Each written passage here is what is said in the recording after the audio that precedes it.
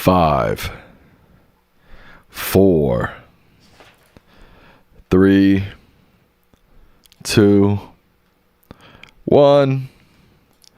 We are live. Coming to you live. It's been live. Say what's up to the people, Dad. Hey, welcome to Lichtman Live on a frosty Thursday evening, at least frosty where we are in the D.C. area, and I'm sure it's frosty in a lot of other places. So stay warm. And our politics is not thawing at all. It's getting frostier and frostier. Wow. And we're going to talk about something really important tonight, another effort to undermine the integrity of our democracy. Those were some really good analogies, Dad. Thank you. I appreciate it. Were those analogies or were they metaphors? They're more analogies. Analogies. Right? Okay. More similes than metaphors. I thought for similes you have to use the word like or as. Yeah, but they kind of are like it as. I'll have to go back and double check. Our first topic of tonight today's our 200th episode. I don't know if... Is it really? Yeah, I kind of forgot about it. Oh, we should have had a big celebration. But when I was setting it up today, I was like, wait a second. It's our 200th episode. Is it really? Yeah. Wow. So thank you all for tuning into now 200 episodes of Lichtman Live. It doesn't feel like 200 episodes, does it? No, it doesn't. But I guess they pile up when you're not looking. Yeah, what's the old saying? Time flies when you're having fun, right? That's a good one. Yeah. People are saying, yay, congratulations. Oh, it says 201? Is it 201? I don't know. No, I'm confusing myself. You're the boss. Oh, it does say 201. So we missed our 200th episode? We missed it? Huh. Wow. Now I'm confusing myself. Yeah. Well, whether it's 201 or 200, we are currently hitting or have hit our 200th episode. So Amazing. That's pretty good staying power. All right. It's because we're giving people something they don't get anywhere else. Good point, Dad. All right. Our first topic of this evening. The FBI has carried out a raid at Georgia's Fulton County election office, seizing materials related to ballots from President Trump's 2020 election loss. Democratic lawmakers and voting rights groups are condemning the FBI's raid of Georgia's election office, calling the move a serious threat to election integrity. Couldn't agree more. It is a very serious threat to election integrity. This goes way beyond Trump's obsession with 2020 and, his continuing big lie that he really won that election, despite the findings of his own Justice Department, his own cybersecurity operation. Election officials in every state, most of them Republican, about 60 lawsuits, all of which Trump lost. He can't let go of 2020. But it goes way beyond his ego-driven obsession. The really frightening thing here is that they're going to gin something up, that's going to be hard to refute. It's from 6 years ago about irregularities, fraud, rigged elections in 2020, which is going to give them an excuse to crack down on the 2026 elections, the midterms, and not to make sure they're fair, but just the opposite, to rig them in some way in favor of Donald Trump's Republican Party. There is independent evidence of this. Pam Bondi wrote a letter to officials in Minnesota and said, we can dampen down on our immigration enforcement. You're right. If you do one thing for us. And what was that? What did she demand? Not that they round up immigrants on their own, right? Voter rolls. Voter rolls. What do voter rolls have to do with immigration enforcement, Sam? Not a lot. How about nothing? This just shows what their real motivation in all of these actions are. They want to get a handle that is going to enable them in some way to spike the fairness of the 2026 election. There is no other explanation for trying to tie immigration enforcement to the provision of voter rolls. You know, the two have about as much in common as the moon does with green cheese. You know, nothing to do with one another. So here we get, this attempt to extort, and it's nothing more than extortion, voter rolls from Minnesota, and then we have this FBI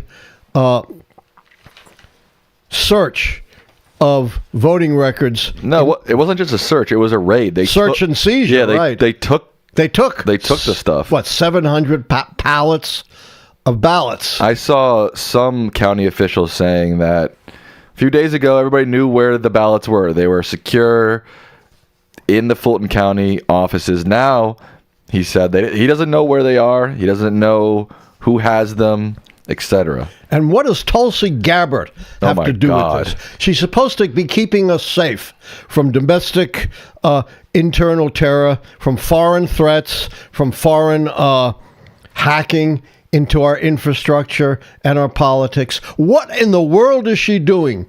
Spending her time going through an election from 6 years ago that was more thoroughly investigated and litigated than any election in U.S. history, including the disputed election of 2000, which focused on just one state. Her being there is such a red flag. It is a complete red flag and shows, just what the nefarious motivations are here. Moreover, Georgia has always been a particular focus of Donald Trump and his allies. And particularly, they have focused on Fulton County, Sam, which is not only Democratic, but what's its demography? Black and minority. They always zero in on areas that are black and minority, whether it's Fulton County, where Atlanta is, Detroit, Philadelphia. Those are the areas where they claim voter fraud is taking place. And this is not occurring in a vacuum either. When it really mattered, and we had a chance to prove something, Trump made extensive fraud claims about voter fraud in Georgia, both in public statements and in filings under oath. He did so. And I know about this because I researched this for a case I was involved in as an expert witness in Georgia. He kept making these false statements even after his attorney, John Eastman, informed him that the claims were not accurate. U.S. District Court Judge David Carter, who presided over litigation on the release of Eastman's emails, found that emails show, quote, that President Trump knew that the specific numbers of voter fraud were wrong, but continued to tout those numbers both in court and to the public, unquote. So a federal judge saying that the evidence showed that Donald Trump knew what he was saying was false, but continued to perpetrate these false claims. None of the charges about voter fraud in Georgia gained any traction whatsoever in state or federal court, and they were refuted by the Republican administration in Georgia. Georgia's not Maryland, Sam. It's run by Republicans, by conservative Republicans. And it was his claims were thoroughly refuted by Secretary of State Brad Raffensperger and by the Republican Deputy Secretary of State Gabriel Sterling. Moreover, the lies about the 2020 election were directly delivered to the state legislature of Georgia by guess who, Sam? Trump's good buddy, his personal attorney? Rudy Giuliani. You got it exactly right. He reiterated the lies to the legislature of Georgia to try to get them to overturn the free and fair election. He and associates that he brought with him presented lurid, utterly debunked, ridiculous charges including China sending ballots to the United States, technology being used from the long-dead Venezuela president Hugo Chavez, flipping votes from Trump to Biden, Italian satellites manipulating the votes. Now, you know what's interesting about that is, obviously, I said earlier, Tulsi Gabbard being involved in this is a major red flag just because who she is, but being in the DNI and mostly working in foreign intelligence, a lot of people are assuming that her involvement means that the Trump administration is going to say, or already said to a judge who gave them this court order to raid the offices, that they're going to claim that there's some sort of foreign interference going on here. Those theories were totally debunked 5 and 6 years ago. So I don't know where they found That's what I was about to ask, is how did they, if it's so nonsensical, they had to present some sort of evidence to this judge. What evidence did they provide to this judge? And I know you can judge shop, blah, blah, blah, but these theories are so out there. It makes me pause and think, what the hell did they present to this judge, and how did this judge approve this? Apparently it was a magistrate judge, not a full judge. There are hundreds of judges. You know, you could probably find a judge to agree to almost anything. Look what Aileen Cannon did, overturning almost 170 years of precedent, 150 years or so, saying, the special counsel was illegally appointed and we have to dismiss the case and we can't reveal any information about it. Who would have thought any judge would go there? And the other thing that's so telling, Sam, is apparently the U.S. attorney who got this search warrant is not from Georgia. It's from Missouri. Crazy. Not only were they judge shopping, apparently, I can't prove that, but it seems like they're U.S. attorney shopping. That's insane. It's the same thing, with the indictments against Comey. They couldn't get the regular, experienced U.S. attorney to sign off on it. So they brought in this totally unqualified person who had been an insurance lawyer, never prosecuted a case. Right. Lindsay Halligan, and illegally made her a U.S. attorney. And the judge, of course, threw that out. Moreover, Giuliani claimed that 2 African-American, of course, poll workers, were passing around a thumb drive with votes on it. And, of course, Giuliani played on the horrific stereotypes of black people, saying they were passing it around like they were vials of heroin. Of course, yes, he actually said that. Of course, what they were passing around was a mint. No, they weren't, passing around thumb drives with votes on them. Not only this, Giuliani's lies were so thoroughly debunked that he had to admit he was disbarred, in part based upon all these lies he told about Georgia, and the 2 African-American poll workers sued him and got a $143 million judgment for his outrageous defamatory lies. Let's talk about what's happening now, because I think we've all heard this many, many times. I don't really want to go back and relitigate the 2020 election. It's very important we do, because okay. I feel like most people we've got to show all of this is based on outrageous lies, and people don't necessarily know exactly what Giuliani was telling the Georgia state legislature. Okay, and why it was so outrageous. You can continue, but I do feel like we've heard this many, many, many times. My question for you is what's happening now, and especially if you look at the series of events, right? Trump gives this Davos speech where he says, essentially, the 2020 election is stolen and people are going to start being prosecuted. Then we get the Pam Bondi extortion, and now we have the Fulton County raid. Now, before all of that, there's an important part that some people have brought up. The president of Venezuela, which the Trump administration and Trump himself has tried to tie to 2020 election fraud, is now here in America in an American prison. Is that sketchy to you? The whole thing, given the could not be more timeline and the context of sketchy. all this. And, they have tremendous leverage on Maduro, right?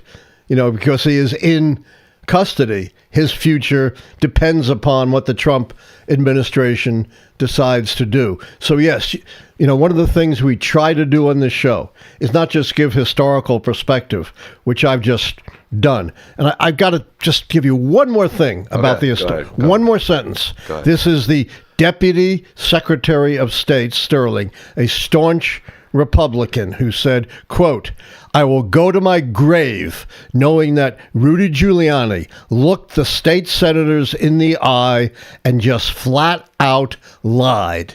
This is, as far as the basis that they're using, to recreate all of these claims about a rigged election, particularly in Georgia. But you're right, Sam. You got to put it all together.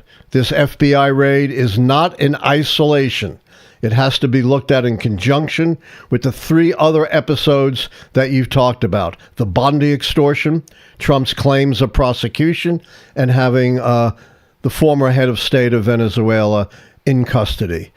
What this matters for the moment is it looks like all of this is part of an effort to cook up a batch of new lies about election fraud, which enable them to interfere with the integrity of the 2026 midterms, just as they interfered with the integrity of the 2020 results, setting up slates of false electors, pressuring election officials to change the results, inciting the mob to try to interfere with the counting of the vote on January 6th. They've done it before, but this time it's much more insidious because they're doing it well in advance of the election, not as a catch-up play after they already lost. It's really sketchy, scary stuff. Mom said in the chat, they could pressure Maduro to falsely confess to interfering with U.S. elections. Exactly. That was my point. He's at their mercy. He'll say anything they tell him to say in return for lighter treatment. What does he care? He has nothing to lose. He has no stake in this. He'll say anything, no matter how falsely outrageous. Couldn't be much more outrageous than the flat-out lies that Rudy Giuliani was telling the Georgia state legislature, which got him disbarred and got a $140-some-odd million judgment against him. And the two African-American women who he so outrageously defamed with his lies got death threats. They had to go into hiding.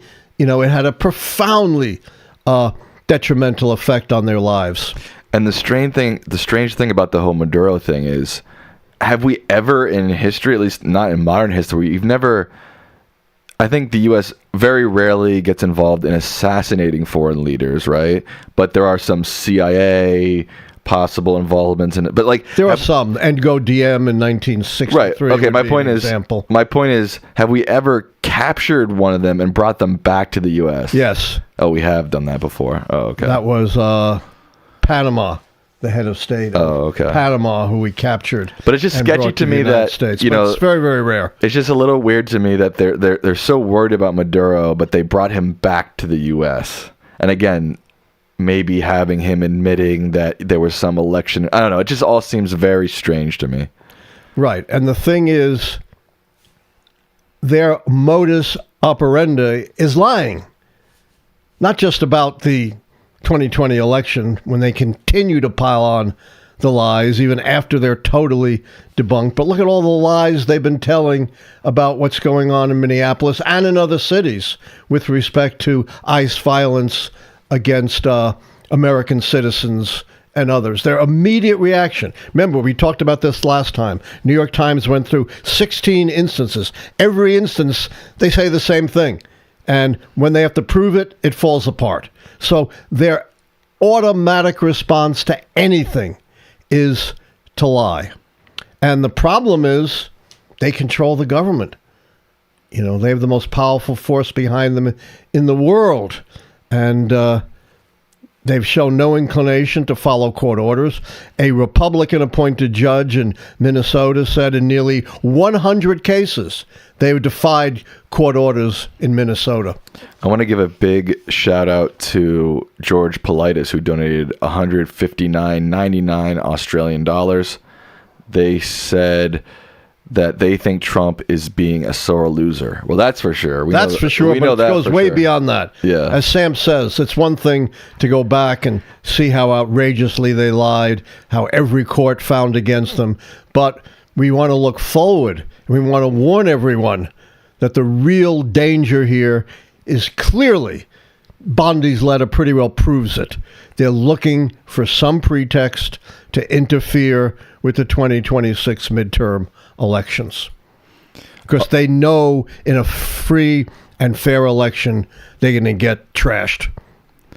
Our next topic: President Trump and Senate leaders say they have reached a deal to keep the federal government funded. We're going through another shutdown fight here, hopefully averting a potential shutdown, but they still need to vote, and Mike Johnson is already being a little wishy-washy. You know, reminds me of the movie Groundhog Day, right? We seem to be returning to the exact same scene every time. You know, how many times have we come down to the wire with this funding of the government? We kick the can down the road, and a few months later, we're back in exactly the same spot. It's all well and good that Senate leaders have reached an agreement, but we got to deal with that toady, Mike Johnson. Oh, not the toady. I know, it's hard to believe. Arguably the worst speaker in the modern history of the United States, who never seems to have the House in session because he can't control it. Right, that was his excuse this time, right? Was that, well, it's going to be hard we're out of session, it's going to be hard to get the members all back to vote on this potential deal.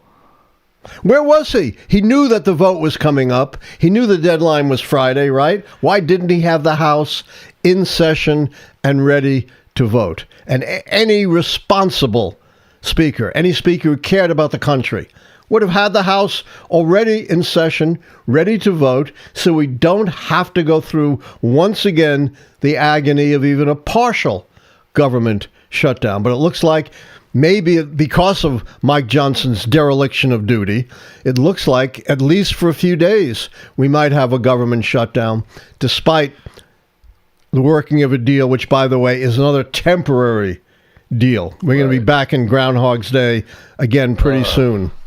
That's annoying.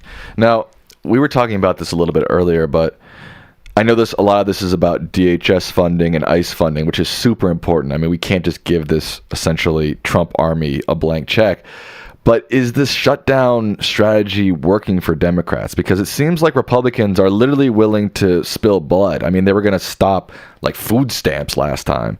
So if you're negotiating with people who are essentially willing to starve Americans, is it even worth going down this path? Yes and no. You're 100% right. Republicans don't care. You know, many on the right have said, you know, compassion, that's a terrible thing. We need to get rid of compassion for others. And they've certainly shown that in their actions. They do not care about inflicting misery upon others while making the rich, the very rich, even richer, having a more lavish lifestyle. They've made it clear what their priorities are. So you're right. It's not an effective tool. It didn't get the Obamacare subsidies renewed. And now over 1 million people have already lost their health insurance. There may be more. Others, you know, are facing horrible choices between paying for health care and paying rent and food and clothing. So they don't care. Right. But at least it has some value in making a statement. Yeah. And showing the Democrats do have some backbone. But you're right. In the long run, in terms of a strategy to actually force the Republicans to do something, so far it's not been very effective. And I was sort of critical of them last time. I felt like they gave up too easily. And you were actually defending them on this point. And now I've sort of moved to that. Yeah. It's like, I don't know. If you're going to go through a shutdown, you might as well fight. But continuing to like tease, we're going to shut down. I don't know. Eventually it's like, Republicans aren't willing to negotiate, and they're No, willing to they starve don't care. Americans so they don't have to negotiate. As the great late Yogi Berra once said, "What you gonna do?" Right. Don't forget to like the stream. You could do that right now. Click like. And you can donate, can't you? Yes. And become members or donate members. Border czar Tom Homan says the administration is planning an eventual reduction of federal law enforcement operations in Minnesota following weeks of heightened activity. Dad, are you buying it? I wish I would buy it. You know, I might be willing for a day or two to give them the benefit of the doubt. But the only thing going on here is, you know, they're committed to what they were doing in Minneapolis and elsewhere. The only reason they might even be backing off at all is the backlash, is they realize these operations are a tremendous political loser for them. They don't care about the people harmed or even killed. You know, Stephen Miller called Preddy an assassin. Noam said he was engaged in domestic terrorism and out to massacre large numbers of people. You know, I read some comments from conservatives in which they smear this guy, claiming he was fired from his nursing job for inappropriate sexual behavior. An absolute flat-out lie. So they don't care about the people. They care about their political fortunes, and that's what this is all about. So maybe the politics is strong enough so there will be some let-up of the this extreme type of enforcement in Minneapolis and elsewhere, and I'll give them the benefit of the doubt, but they have to prove it. Now, I have a question tied to both ICE and the possible new shutdown. I thought in the Big Ugly Bill, they gave ICE like $100 billion. I forgot what the number was. They gave them a lot of money. So is this even more money, or they're sort of relitigating the money they are? As I understand it, and I'm not a lawyer, even if you use a government shutdown, ICE still gets funded with the money from the Big Ugly Bill. So I don't think, and this is important to understand, a government shutdown is going to shut down ICE. So this or Border Patrol. So this current fight is a fight for even more money. I mean, they're already like the highest funded police military organization in like most of the Indian military isn't even funded as much as ICE is. It's incredible. So this is about even more money, or you're not sure? I'm not sure. It's about putting restrictions on ICE or not funding them in the future. You know, the money from the Big Ugly Bill will run out unless there's further appropriations. Gotcha. Newly released video shows Alex Preddy in confrontation with federal agents just 11 days before he was fatally shot in Minneapolis. If you haven't seen the video, he yells at the officers, he spits towards them, and he kicks out a headlight. They come out, wrestle with him. A lot on the right are using this video to smear Alex Preddy. I think anybody who looks at this objectively and in good faith knows that while Alex Preddy's actions in that moment might have been over the top, shouldn't have destructed their vehicle, it doesn't justify murdering the guy 11 days later. As far as I know, kicking out a taillight is not a capital offense, and certainly not an offense for execution without any due process. Plus, the ICE folks or Border Patrol, whoever they were, clearly overreacted. You know, call the police if you think he committed a crime. Don't tackle him and wrestle him to the ground. That's not within your purview. He wasn't threatening you. He wasn't, threatening bodily harm. And apparently also he cracked a rib as a result of what they... But this is all distraction. Right. None of this has anything to do with whether or not they murdered him. Even if he was a terrible person, even if he was fired from his job, does that justify being executed? No. Of course not. That's all a complete red herring and distraction. And I understand how disturbed his parents are at these attempts to smear this guy. You know, I don't care who you are. if you have an outfit as big as the U.S. government out to smear you and destroy your reputation, they're going to find something. And what they found in this guy is so little. But again, it's all irrelevant. It's just an attempt to distract. The actions of those officers have to be evaluated unto themselves. They have nothing to do with what Mr. Preddy may have done a week before. Now, interestingly, one thing I find interesting from the 11 days prior video is you can see Preddy has that gun in his backside. And in this confrontation with ICE, yeah, he's aggressive. Yeah, he kicks out a taillight, but he never goes for his gun, not a single time, which I think is an important piece of evidence because now we have two separate videos of Preddy.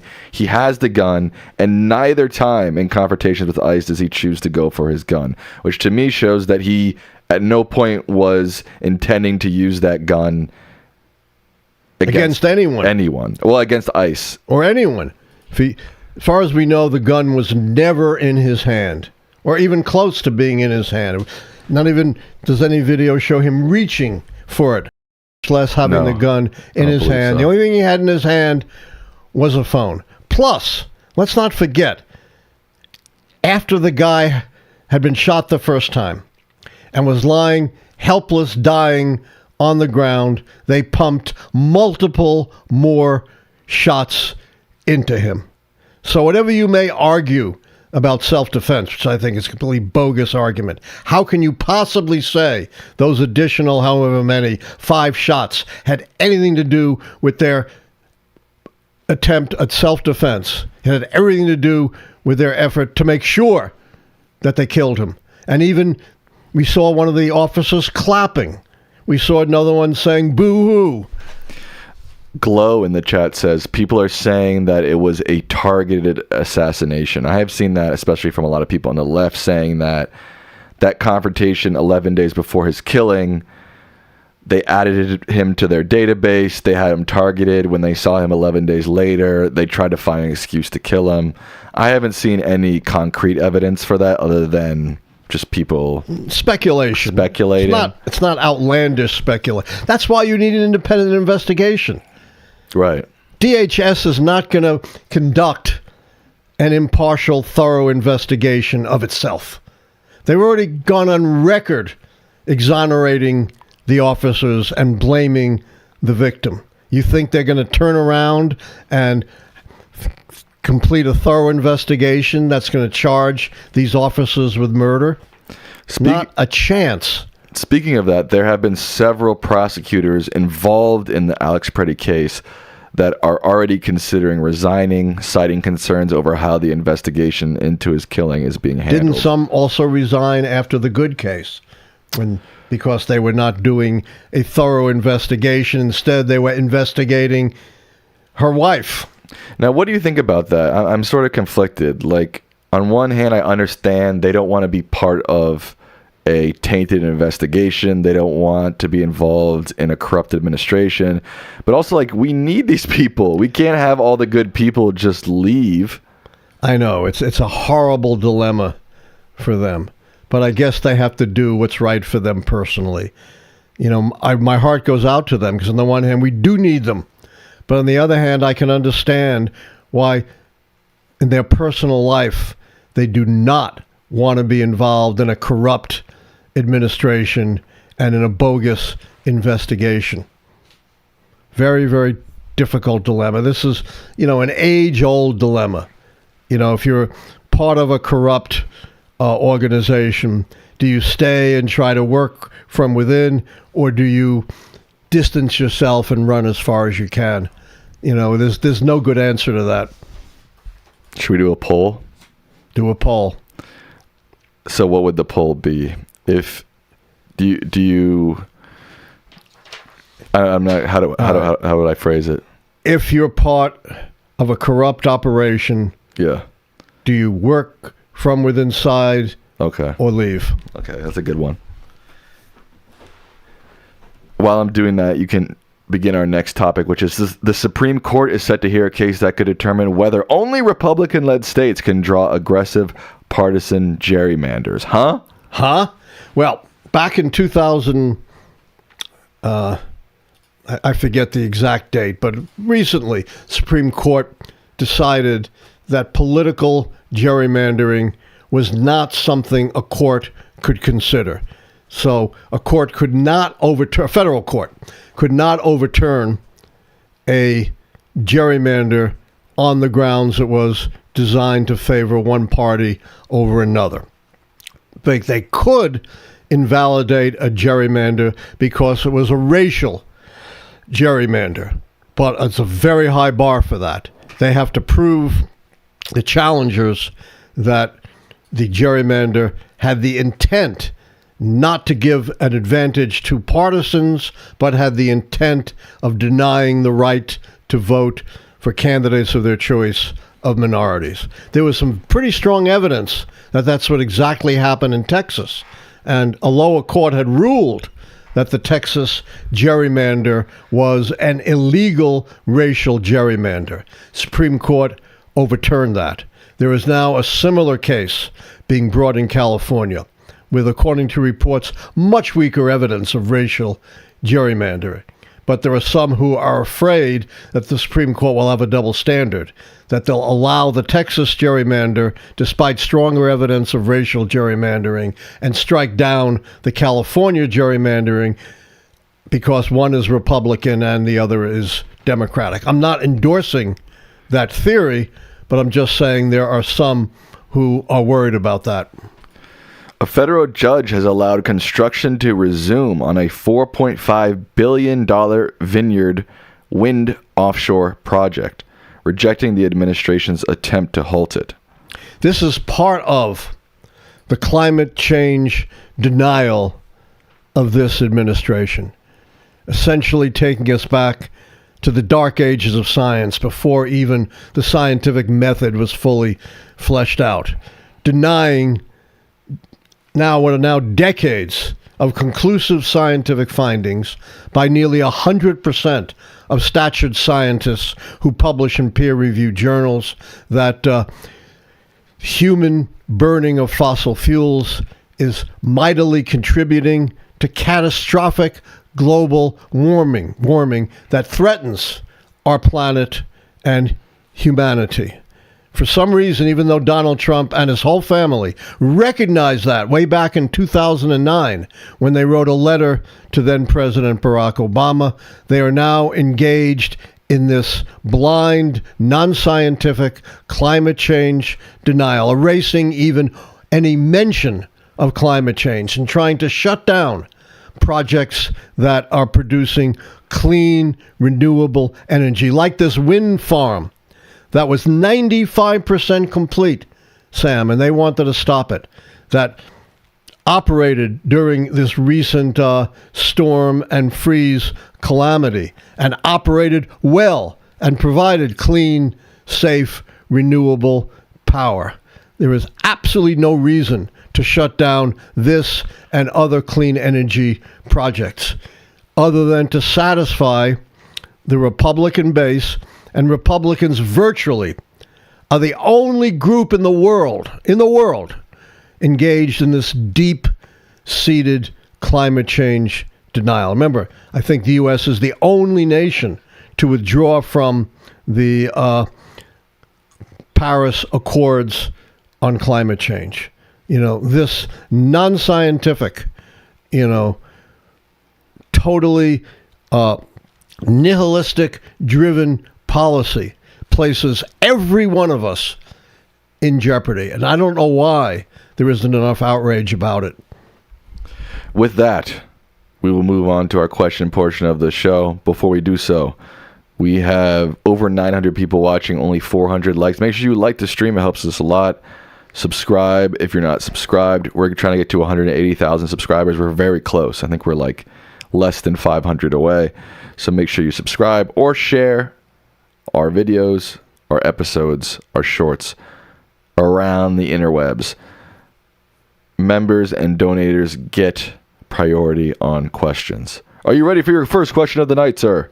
I am always ready, and I know how terrific the questions are from our audience, some of which challenge us. Good point. This is from Mass Man 1978. They say, Dr. Lichtman and Sam, thank you both for all that you do. You are a much-needed voice of reason at this time, which I would liken to Roosevelt's fireside broadcast. Wow, that's high praise that's indeed. High praise. Thank you. They say, I frequently hear comparisons between this moment in our country and pre-World War II Germany. What do you think about the idea that the proliferation of cameras in our society is a protective factor against the U.S. completely falling into a fascistic dictatorship? Follow-up question. Are there any protective factors that separate our country from pre-World War Germany? I didn't catch the follow-up, but I'll answer the first one. Yes, you're 100% right. Look at the difference between the shootings when we have video and the shootings where we don't. When you don't have video, that pretty much gives the administration carte blanche to present their own version of events, however far from the actual facts they may be. But without video, without seeing things with your own eyes and hearing things with your own ears, it becomes very difficult to refute the lies perpetrated by the likes of Secretary Noem and White House advisor Miller. Didn't have that in the 1930s. It's a very, very important safeguard, which why they hate people like Mr. Preddy filming what they're doing. Right.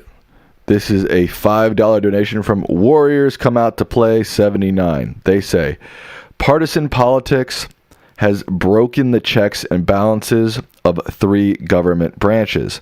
Did the founders really never foresee this? It seems inevitable now. Can I have my drink? Absolutely. Yeah. The founders absolutely foresaw this.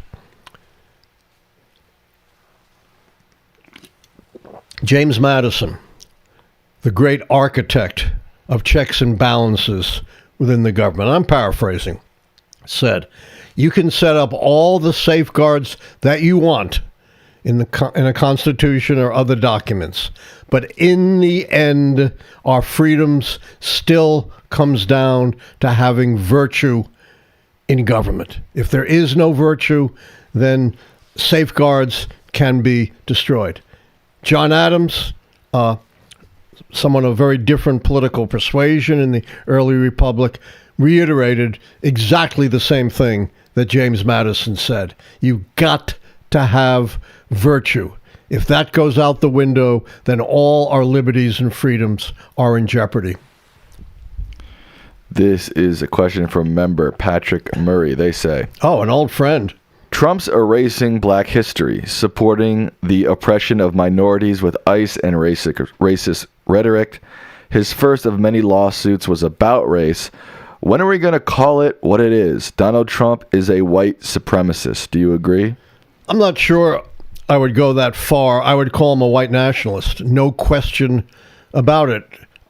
He and his allies have made that crystal clear. Just read I keep referring you back to this because it's all there in black and white. You don't take my word for it. Read the 1776 report, Donald Trump's official account of the American heritage, and you can see it is essentially a white nationalist, politically driven document. And more, we see conservatives in this country, very sadly, embracing white nationalist leaders, white nationalist symbols, and white nationalist ideas. Russell Voigt, one of the most powerful men in Washington, the head of the Office of Management and Budget, was and an architect of Project 2025, which, by the way, is replete with white nationalism, was caught on tape saying, yes, I admit, I am a white nationalist. And only a white nationalist would be erasing all of these traces of the African-American experience from our educational and cultural institutions. It's just horrific. It's a made-up, politically driven, phony view of our heritage. And you know, as George Orwell said, who controls the past controls the present. And that's what this is all about. What's the difference in your mind between a white supremacist and a white nationalist? Well, I think a white nationalist is not quite as extreme. A white nationalist would agree that white people are in a special category, that America was founded by white people, and, it's not just principles, but also race. A white supremacist would go further and say, only white people deserve rights. Only white people should be voting. Only white people are true, functioning, intelligent human beings. Gotcha. As we mentioned earlier, Democratic senators reached a deal to fund DHS for 2 more weeks to negotiate for ICE and Border Patrol restraints. Is this a good move? You think we talked about that enough? Yeah, I think we talked about that at some length. This is a $20 donation from Squirrely Squirrel. They say, how can ICE justify basically imprisoning over 3,000 children like Liam Ramos? They can't. They claim, we're taking care of the kids. Well, we know that, I'm not sure about your number, by the way, but I'm going to answer the substance of it. We know that these ICE facilities are disastrous. They're not hygienic. People aren't taken care of. They don't get proper medical care. They don't get decent places to stay. It just is horrific to think about children being confined in these terrible, terrible facilities. They like to blame American right likes to blame the presidents, the parents. They say, well, if the president, why do I keep saying presidents? If the parents didn't come here illegally, then we wouldn't have to intervene and blah, blah, blah, blah, blah. Always blaming the victims. Right. And obviously, again, if you look at this in good faith, movement doesn't, the penalty for movement across borders shouldn't be imprisoning children and separating families. Right. And they've now made a very important twist in their claims about what they're doing. People haven't noticed it, but it's critical. For a very long time, they're saying, we're taking out the worst of the worst, right, Sam? Yeah. The murderers, the rapists. Well, now they've changed their tune and saying anyone who crosses the border illegally is a dangerous criminal because you've broken the law. They've been saying that for a long time, though. Well, I haven't noticed it as much as recently. My big problem is that movement across lands, across borders, if it's legal or illegal, the punishment for that does not deserve family separation, imprisonment, etc. In horrible conditions. Right. I think in violation of the constitutional prohibition against cruel and unusual punishment. Just as kicking out a taillight does not justify execution, extrajudicial execution. Right. Have you heard about the national shutdown plan for tomorrow? Basically a work, school, shopping boycott for the whole day to stop ICE. If so, do you have any thoughts on it? And do you think it could help motivate a more general strike? I hope so. If you follow this show at all, we've been very strong advocates of grassroots activity, grassroots activism. So any national movement to try to demonstrate our outrage about what's going on is something I can support. Minnesota's U.S. Senator Amy Klobuchar today officially launched her 2026 campaign for governor. If elected in November, she would succeed Tim Walz and become the state's first female governor.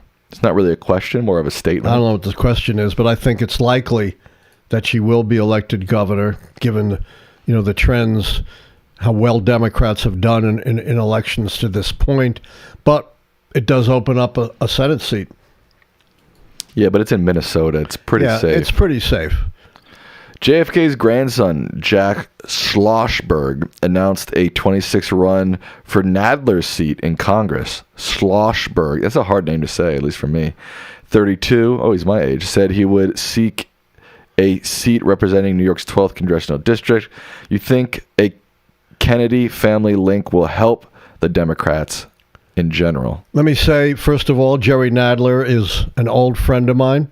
He was my debate partner. Schlossberg. At Stuyvesant High School back in the 1960s when we revolutionized public school debate in the city of New York. Jerry sad to see you go, but I want you to, have a wonderful, fulfilling retirement. And I don't think having an upright Kennedy as opposed to RFK Jr. will hurt the Democrats. Yeah, I don't think so either. You kind of wish that, you don't really want this American royal family, and, you wish for new blood, but at a certain point, what works. Yeah, I don't think there is a Kennedy at this point in elective office, so it's not like we're inundated with the Kennedy family. Good point. This is from Diane. They say, it makes me angry that Tom Homan and friends are still calling migrants illegal aliens, like they came from another planet. I fear that things aren't going to change much in Minnesota, although ICE may be leaving Maine. What are your thoughts about a possible government shutdown? And I think we touched on most of that. We touched on that, but let me say I agree with you. To the extent they're going to change at all. It's not because Homan doesn't agree with what they've been doing. He's one of the worst of the hardliners, in my view. It's just that they're trying to diminish the political backlash. They are now deeply underwater on immigration, which is supposed to be their signature issue. I just saw a new poll today, I think from Pew. Trump is down to 37% approval. That is utterly abysmal, particularly for a president in their first year. More Americans, by a wide margin, think ICE is going too far than think ICE is doing the right thing or not going far enough. There even now is a big turnaround about abolishing ICE, which was unthinkable a few weeks ago. What's the deal with, I see a lot of people on the right saying, well, Obama gave Tom Homan a medal at some point. He did. Homan is a long-term veteran of border operations, but did turn sharply to the right and become very much of a hardliner, as I understand it, once he became associated with Trump. Right. How's our poll doing? Oh, right. If you find yourself in a corrupt situation, do you stay and try to fix from the inside or leave? 58% say leave, 42% say stay. Yeah, so that validates what we've been saying. It's a dilemma. Yeah. There's not a clear answer. And each individual has got to decide for themselves based on their own circumstances and their own values. There's no universal right answer. I'm not exactly sure what this question is, but I'll throw it to you. Maybe you'll understand it better. This is a $5 donation from Tina. They say, let me say this differently. Please speak on SCOTUS 8 guidelines for deadly force. Yeah, so there are guidelines. I'm not familiar with all of them for deadly force. And even Stephen Miller, the hardliner of the hardliner, after the big backlash said, well, maybe those who executed, he didn't use those words, executed Alex Preddy, were not following protocol. So there are clear guidelines under what circumstances you can use deadly force, typically only when there is an imminent danger of death or extreme bodily harm to you or one of your fellow officers. You're not supposed to fire at fleeing suspects or fire into cars that are moving away from you. I've heard, a lot of people talking about getting rid of Nome, getting rid of Bovino, but I think the real guy you got to get rid of is Stephen Miller. I think he's wrong. No? Donald Trump. It all starts from the top. All of this, everything they're doing, Bovino, Miller, Nome, is all consistent with what Donald Trump wants them to do. If you get rid of them, you'll just get some other toadies doing the same thing. This is what I said about Matt Gaetz. Remember? Everyone was up in arms about Matt Gaetz. And I said, Matt Gaetz is a feint. They're going to get rid of him. They're going to put in someone who looks better, like Pam Bondi, but is going to be just as bad.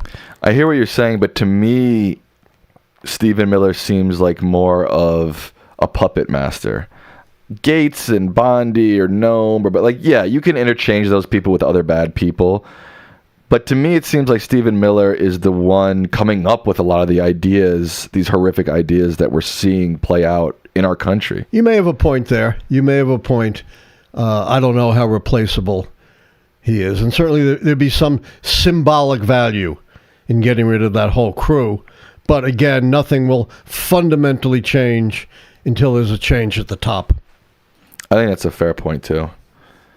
This is from our... Harry Truman was famous for saying, the buck stops here. Yeah. This is from member Dirtier Dog. They say, Professor, as wealth inequality reaches levels not seen since the Gilded Age, why hasn't it produced the same kind of mass reform movements yet? And is that historically anomalous? It is a bit historically anomalous.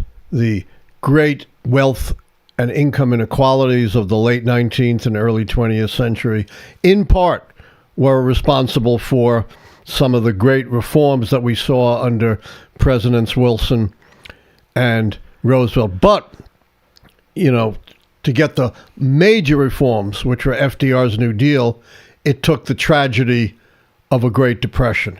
In other words, income, wealth, inequality is a bit abstract until it comes home to the kitchens and living rooms of Americans. It doesn't seem to be an issue that moves people, although it should. It's one of the most important indicators of a healthy society and a healthy democracy. This is a $10 donation from Secular Monk. They say, with Canada agreeing to a huge trade deal with China and the EU, completing one with, I'm not sure what this is. Myanmar? Mercosur? I'm not sure what that is. They may mean Myanmar. Mercosur. No, I don't know what that is. Whatever. With China and the EU, it seems like our allies are just moving on to other deals rather than trading with the U.S. Thoughts? You're absolutely right.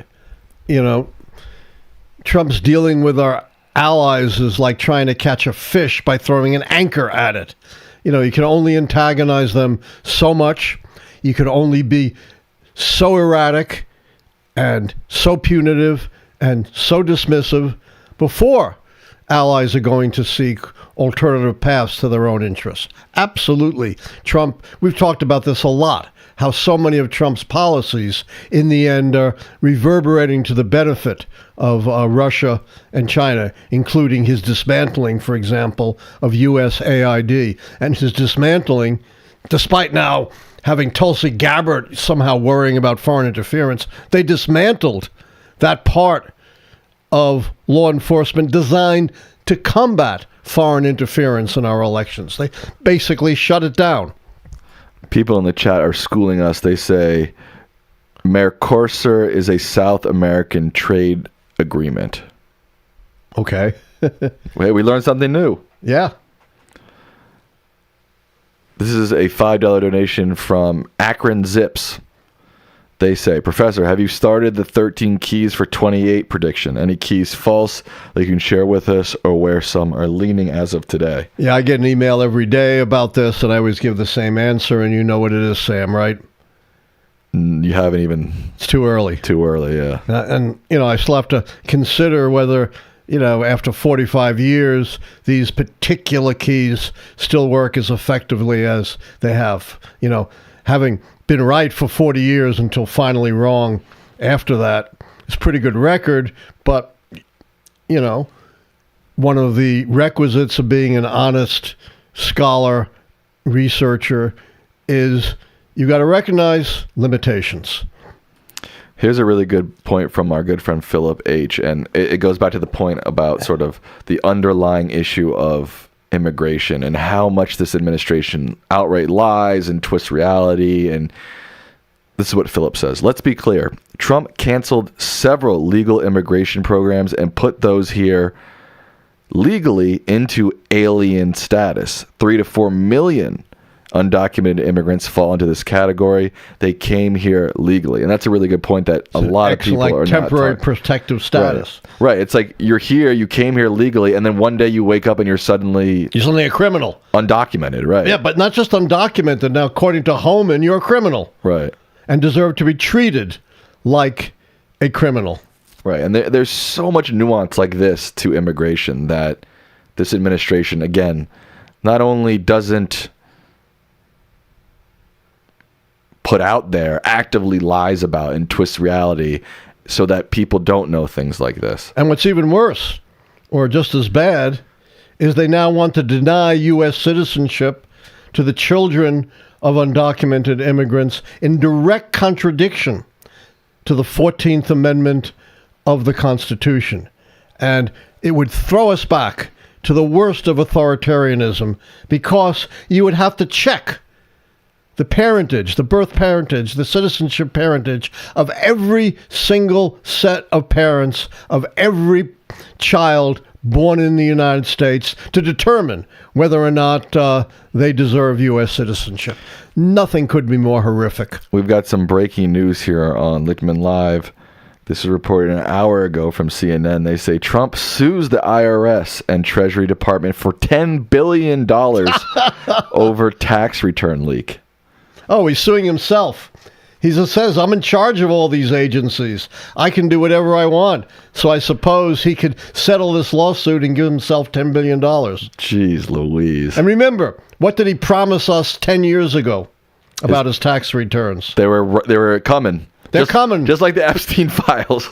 Just like what? The Epstein files. Yes, the Epstein files. They're coming. They're on their desk. Coming. They're on the way. They're on our desk. They're coming. Man, that's crazy. All right. With that, we will wrap up Lichtman Live for this evening. A couple of shout-outs to some donators. George Politis with another donation. Joanne Roberts, who says, thank you as per usual for your work. Also, for your kind wishes regarding my son. Oh, gosh, I don't know if I can pronounce this. I don't want to butcher it, but the disease her son has sucks. Thank you, Joanne. Tina, Limited Light says, go watch the Melania movie.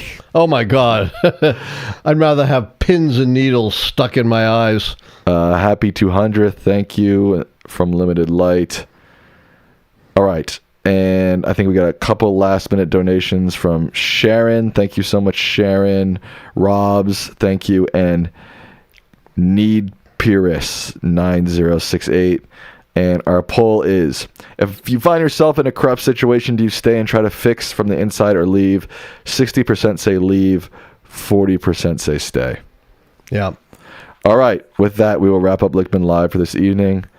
Thank you. All right, here's my final word. Well, I didn't cue you yet. Oh, I'm sorry. I wanted to thank everybody watching. Yes, please do. Dad.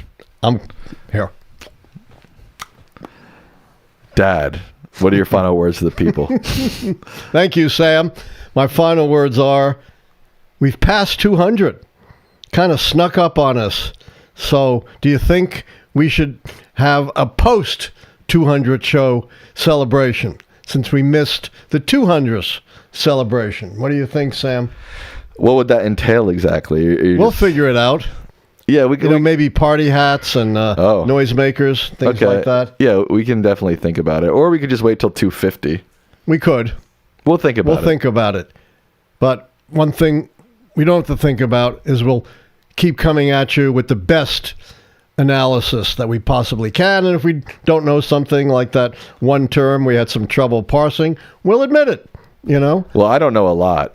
Well, you know most. Yeah. All right. But yeah, we do know most. But when we don't, we're forthright about it. But we try to give you insights, perspective, history that you're never going to get anywhere else. You could watch the mainstream media all day and you won't get it. We just got a last second donation from Huosb 1768. How do you think you pronounce that? Huosb? I can't really see it. Huosb. Husab. Yes. You're a smart guy. I told you know everything. All right, folks. Good night. You punched the microphone. For emphasis. Thank you for doing that.